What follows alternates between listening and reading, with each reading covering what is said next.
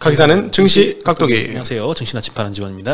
네, 참 난감한 하루가 끝났습니다. 뭐 미국 시장 대비로는 뭐 괜찮았지만 그동안 우리는 오른 게 없었기 때문에 그렇게 특별히 반도체 밸류체인은 추풍 낙엽으로 아주 박살이 났습니다. 그러니까 장비주가 빠진 게 아니라 밸류체인이 죽어버렸어. 우리는 중소형 밸류체인들이 너무 답답하고 좀 기분이 많이 상하는 오후였어요. 한국 시장 진짜 매수 세력이 이렇게 없는가.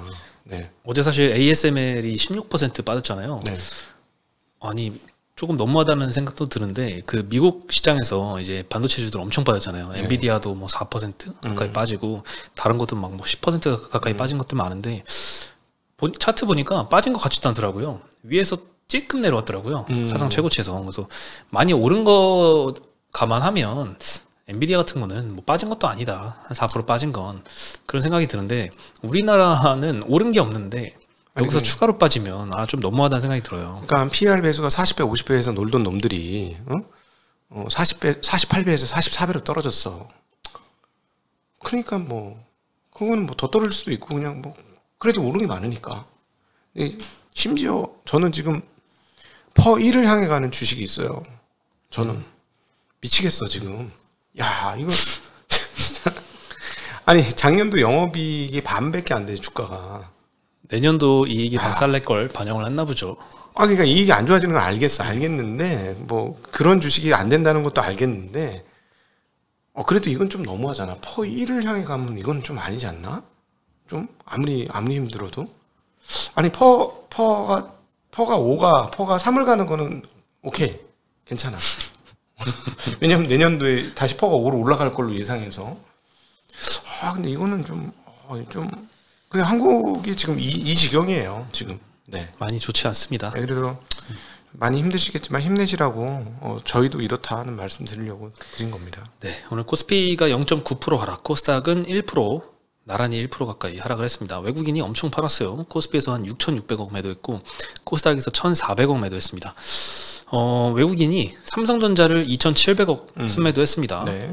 좀 매도 규모가 좀 줄어드나 싶더니 3일 네. 만에 도로 많이 들었어요. 오늘은 뭐 어쩔 수 없을 것 같아요. 오늘은 뭐 어쩔 수 없죠. 네, ASML의 주인은 삼성전자와 인텔이니까. 네. 뭐 오늘은 하이닉스도 한 700억 가까이 팔아서 한 3,500억 정도? 코스피 매도의 절반 정도는 삼성 하이닉스가 차지했으면 나머지는 다른 데겠죠. 오늘은 골고루 좀 많이 팔았다. 뭐 의약, 뭐 운수 장비 골고루 팔았습니다. 희한한 건 외국인이 삼성전자 우선주는 사고 있어요. 그래서 삼성전자는 보통주는 떨어지는데 우선주는 지금 열심히 반등을 하고 있거든요. 왜냐면 지금 사면 뭐 석 달 있다가 이제 배당 받으니까 수지가 나쁘진 않은 거야. 보통주랑 배당률 차이가 큰가요? 아니 그렇게 크진 않아도 없어 보이는데. 뭐 이제 뭐 주가가 많이 빠졌으니까 전년도 비슷하게 주면은 괜찮은 거지. 그 시가 배당률이. 네. 오늘 그래서 대만도 1.2% 하락했고 일본도 1.8% 하락해서 아시아 증시 하락한 것만큼 우리도 좀 비슷하게 떨어진 것 같습니다. 네, 근데 이제 우리는 데미지가 있는 게 그동안에 오른 게 없으니까 데미지가 있는 거죠. 네. 그렇죠. 오늘 자체는 뭐 그냥 뭐 이런 정도 빠질 수는 있지. 뭐 오케이 인정. 근데 오른 게 없잖아. 그렇죠. 뭐 다른 증시는 한 15% 이상 주가 지수가 상승을 한 다음에 조금 빠졌고 우리는 아직도 코스피 다 마이너스입니다. 네. 예, 오늘 운수창고 업종이 1등 했는데 현대글로비스가 특이하게 7%대 상승했습니다. 오늘 현대모비스와 현대글로비스가 현대그룹주 중에서 희한하게 둘이 상승했어요. 뭐 현대차, 기아 다 조용한데 이 뭔가 지배구조 개편의 시그널인가? 라는 생각이 좀 들게 만들더라고요. 그렇죠. 사실 지배구조의 핵심 회사가 되겠죠. 두 회사가. 네. 지난번에도 한번 이 회사들이 이유 없이 급등을 시작하면서 지배구조 개편 관련된 이슈들이 막 나오기 시작했던 것 같거든요. 네, 이번에도 뭔가 기대가 되네요. 통신 섹터에서는 KT가 4% 상승했고요. LG유플이 1.5% 상승했습니다. 항상 약세장에는 이런 회사들이 좀 방어적 역할을 하는 것 같습니다. 그리고 증권업종도 골고루 좀 1, 2%씩 상승하면서 3위 기록했고요. 오늘은 의약품 섹터가 꼴등했습니다. 유한양행, 삼일제약, 종근당, 셀트리온, 한미반도체, 한미약품, 삼성바이오로직스, 대웅제약 다 1에서 3%씩 가까이 하락을 했고요. 전기전자 섹터가 하락 2위 했는데요. LS일렉트릭, 현대일렉트릭 8%, 2%대씩 하락을 했는데 전력기 기주들도 오늘 반도체와 같이 나란히 좀 하락을 했습니다. 전선주들 마찬가지로 하락을 했고 이 섹터에서 2차전지 뭐 SK 아이테크놀로지, 삼성 SDI 이런 데도 3%대씩 하락을 했고 뭐 오랜만에 언급드리는 뭐 MC넥스 뭐 이런 그 핸드셋 업종도 당연히 하락을 했고요. 삼성전자 하이닉스도 2% 초중반대로 나란히 하락을 했습니다. 네네.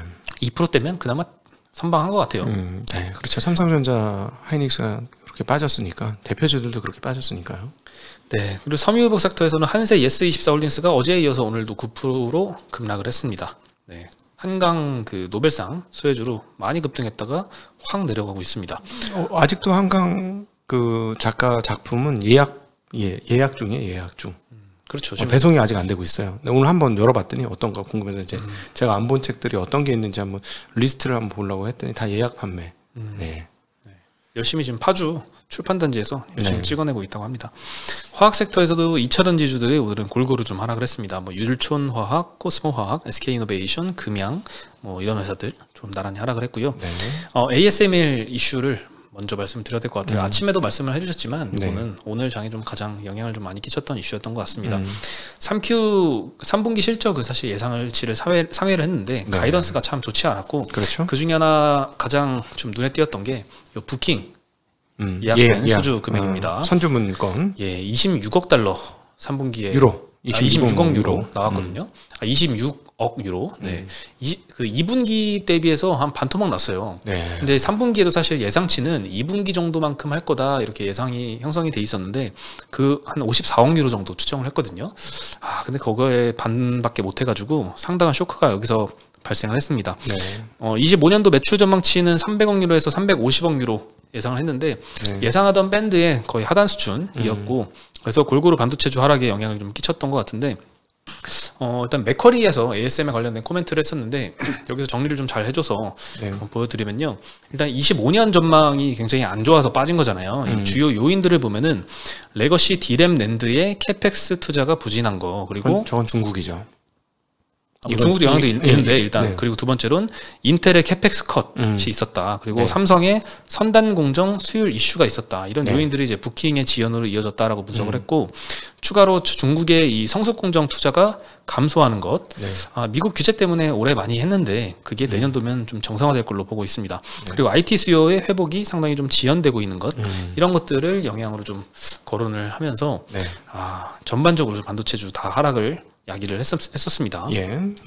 예. 그리고 또 하나의 코멘트는 ASML의 전망 부진은 삼성전자, 인텔 등 파운드리 업체의 부진 영향을 많이 받았는데 TSMC와 HBM 칩 메이커들의 강한 수요가 이를 상쇄해주지 못한 게 실망 요인이다. 그렇죠.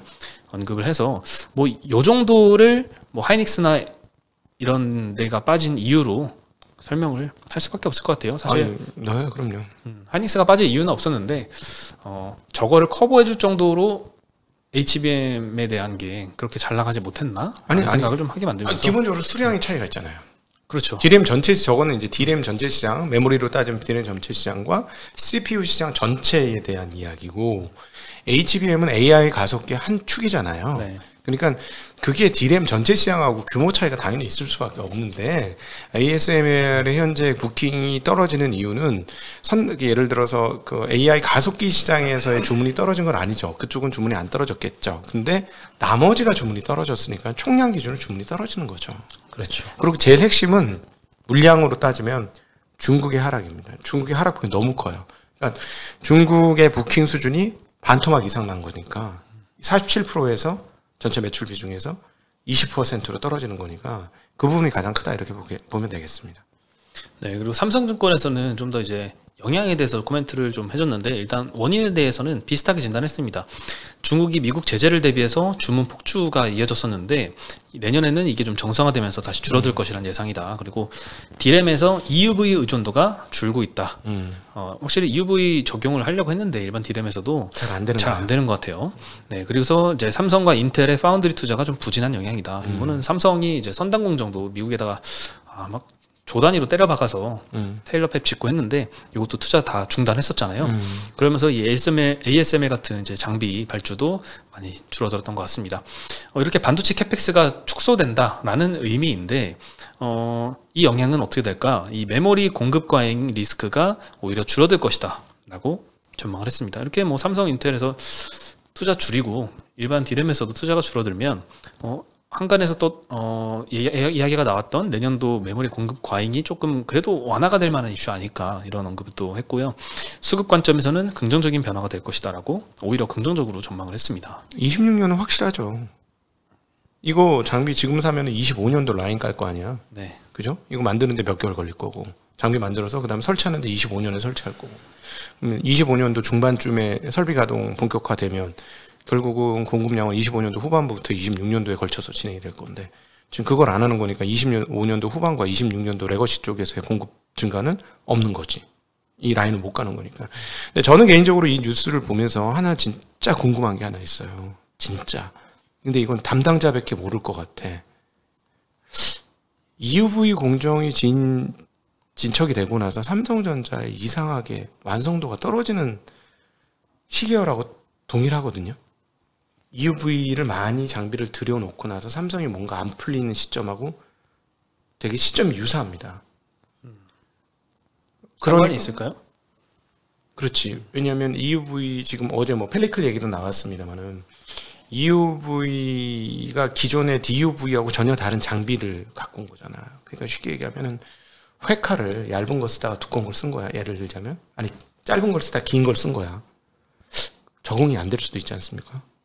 뭔가 그런 이슈가 분명히 있을 것 같아요. 근데 이거는 담당자 외에 모르는 거야. 그러니까 의혹과 추측만 할 뿐인데 그냥 해보니까 안 되는 거지. 그러니까 야 이거 안 되겠다. 야 이거 주문하지 마라.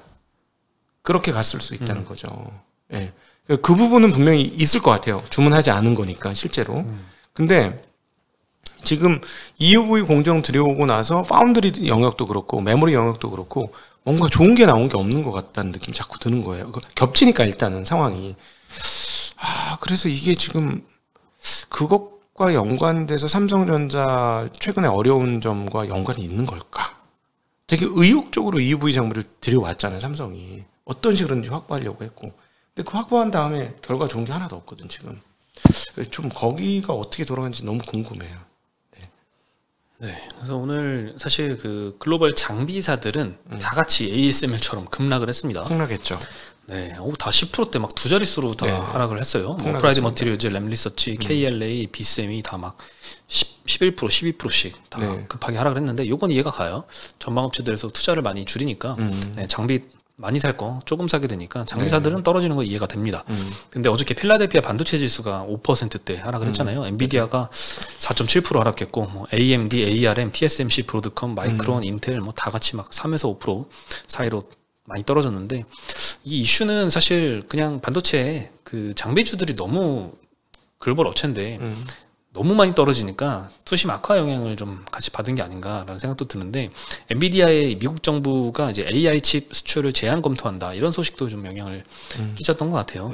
이게 사실 엔비디아 하락에는 더 큰 영향을 끼쳤던 것 같은데 일단 블룸버그 보도에 따르면 최종 목표는 중국의 견제라고 하는데 그 경로로 중동 국가들한테도 AI 반도체 수출을 제한하는 방안을 검토 중이다라고 보도가 나왔습니다.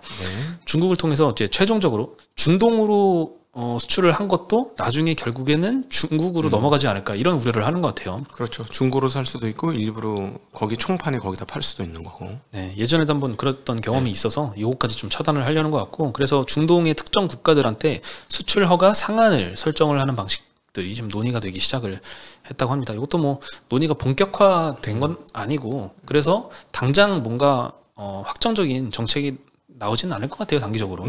그래서 이전까지도 있어 왔던 이슈지만 좀 잠깐의 이제 하락 이슈로 넘어가지 않을까 이런 생각이 들고요. 내일 17일 날 TSMC의 실적 발표가 있습니다. 이게 사실 더 중요할 것 같아요. TSMC가 당연히 뭐 3분기 실적은 이미 뭐 대만 업체들은 월별로 매출을 다 공개하잖아요. 그래서 3분기 매출이 뭐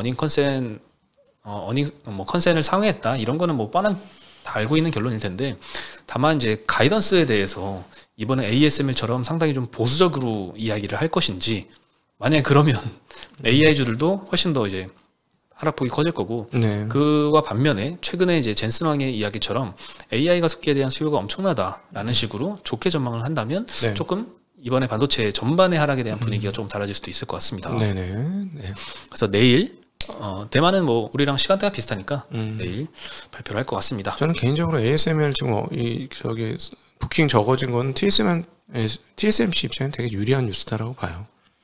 장비를 싸게 살 수 있는 공간이 열린 거잖아요. 그렇죠. EUV 사고 싶어서 안 달랐었는데 다른 데서 안 사서 좀 수량 남으면 더 가져갈 수도 있고. 그렇죠. 그리고 이제 진짜 궁금한 게 여기서 이제 마지막 격차가 더 벌어지느냐 여부인데 이나노 공정에서 아마도 분명히 TSMC도 EUV를 썼을 거 아니에요. 근데 만약에 이나노가 잘 나오면은 와 이거 진짜 골 때리는 거야. 우리는 못했는데 걔들은 한 거니까. 네.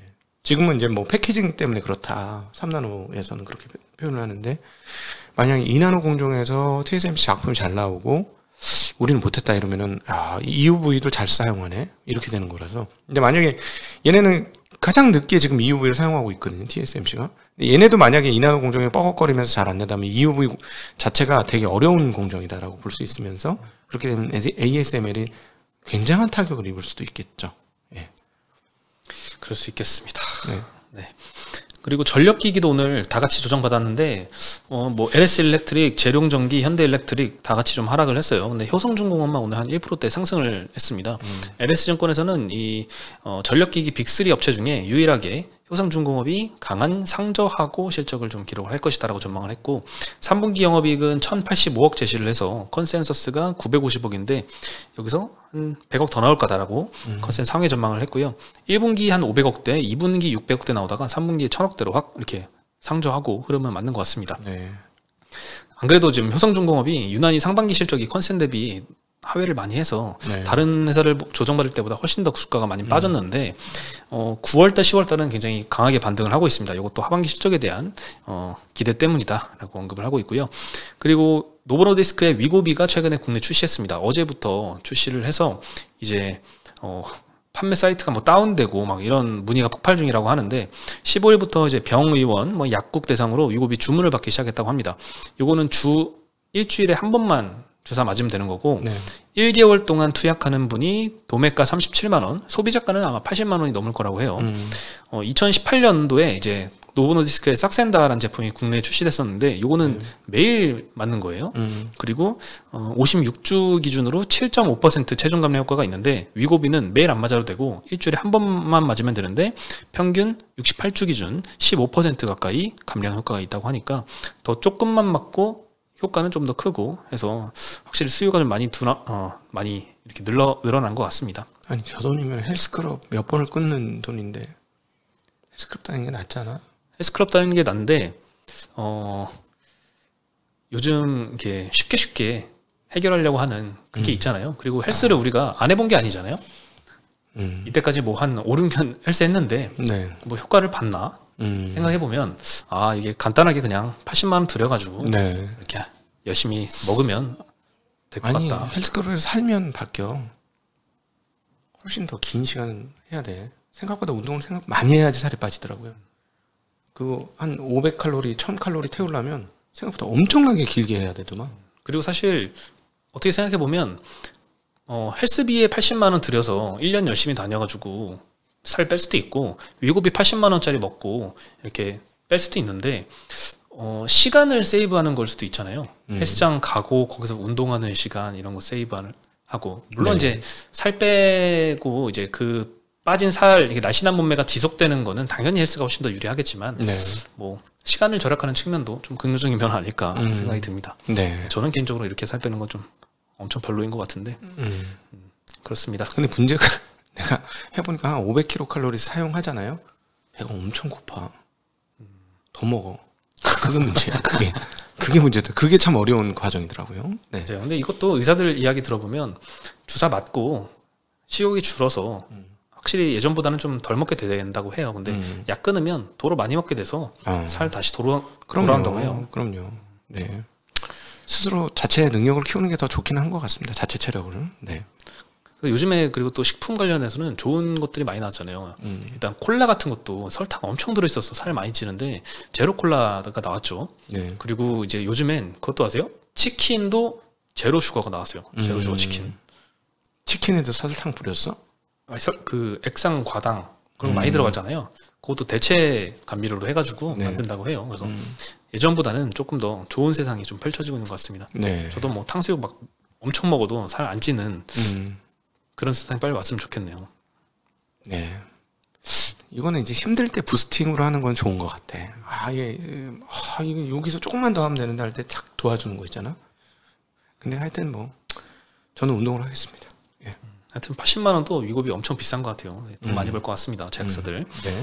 네, 그래서 위고비가 핫하니까 이렇게 비만 치료제 관련주들도 시장에서 좀 핫한 것 같습니다. 네네. 펩트론이 가장 최근에 중요한 이슈를 발표를 했잖아요. 10월 7일 날 일라일릴리와 기술 평가 계약 공시를 했는데 그 이후에 계속 급등세가 이어지고 있고 네. 오늘도 거의 25% 올랐어요. 미친 듯한 상승세입니다. 바이오 주식들이 이제 이쪽은 아주 뭐 그냥 막가. 네. 네, 바이오로 지금 온 세상의 기가 다 쏠리고 있는 것 같아요. 금리 인하 시점부터 해가지고 아주 랠리가 제대로 뽑히고 있습니다. 네, 뭐 인벤티지랩도 뭐 3.6% 상승했고 제넥신 같은 경우에는 오늘 상한가를 갔거든요. 이것도 비만 치료제 관련해서 엮여서 간 것 같은데 제넥신이 하는 건 GX, G6라는 건데 이거는 임상 1상 완료 후에 중국에다 기술 이전 됐거든요. 그래서 중국에서 뭐 이상 당뇨 비만 적응증으로 진행 중이라고 하는데 기술 이전은 사실 엄청 옛날에 대해서 이 뭐 효과가 얼마나 경쟁력이 있는지는 잘 모르겠지만 어쨌든 과거 이력이 좀 부각이 되면서 오늘 좀 오랜만에 급등한 것 같습니다. 네, 저는 장기적으로 바이오 제약 쪽을 한국에서 가장 유력한 산업 영역으로 보긴 하는데 지금 그 가격은 너무 쉽게 오르네요. 좀 주의가 필요한 시점이 되지 않았나 싶긴 합니다. 네. 그리고 이제 마지막으로 이제 밸류업 지수 한국거래소에서 발표를 했고 관련된 ETF가 11월 4일 출시 예정이다라고 보도가 나왔었잖아요. 요거 근데 이 ETF 출시가 11월이 아니라 뒤로 더 연기가 될 것 같습니다. 계속 그 사실 밸류업 지수 발표될 때부터 종목 구성에 대해서 비판이 많았잖아요. 네, 그렇죠. 뭐 KB금융, 하나금융 이건 왜 포함이 안 됐어? 그리고 NC소프트, 두산밥켓 이거는 최근에 논란도 됐는데 이게 왜 편입됐어? 이런 논란이 있었는데 이런 비판이 하도 많다 보니까 구성 종목 변경에 대한 이야기가 나오고 있고 구성 종목을 ETF 출시 먼저 하고 이미 다 수급 들어왔는데 그때 종목 변경하면 운용사에서 뭐 운용 차질이 있다 보니까 종목 변경 먼저 하고 그 다음에 ETF 출시하는 걸로 일정이 좀 딜레이 될 것 같습니다. 종목 좀 줄이세요. 100개 너무 많긴 해요. 종목 좀 줄여요. 자산 소각하는 애들 중심으로 좀 한번 해봐. 그 생각도 근데 해야 될 것 같아요. 만약에 정말 밸류업 정말 잘하는 업체들 하면은 주가 미치지. 20개로 줄이면 그러면 그거를 추종하는 그 수급이 미친 듯이 들어오겠죠. 따라갈 수가 없어서 그것도 좀 운영상에 차질이 있을 것 같은데 어쨌든 절충안을 찾아서 중간 정도 했으면 좋겠는데 그래도 100개는 너무 많은 것 같아요. 그래 이해는 해요. 이해는 하는데 뭐 강남 부동산도 막 뛰는데 뭐 주식도 한번 뛰면 안 되나? 이런 쪽으로 법을 한번 만들면 안 되나? 굳이 뭐 그런 생각도 엉뚱하게 해봐요. 네, 법을 하나 만들어서 분위기 이게 밸류업 진짜네 이렇게 해서 좀 붐업 좀 시키면 안 되나? 해줬으면 좋겠네요. 네, 중국처럼 바람직하진 않지만 그거라도 정말 비만 치료제처럼 좀 급하게 필요한 게 아닌가 싶습니다. 지금 한국 상황을 보니까. 네, 오늘 소식은 여기까지고요. 저는 내일 다시 인사드리겠습니다. 네, 안녕.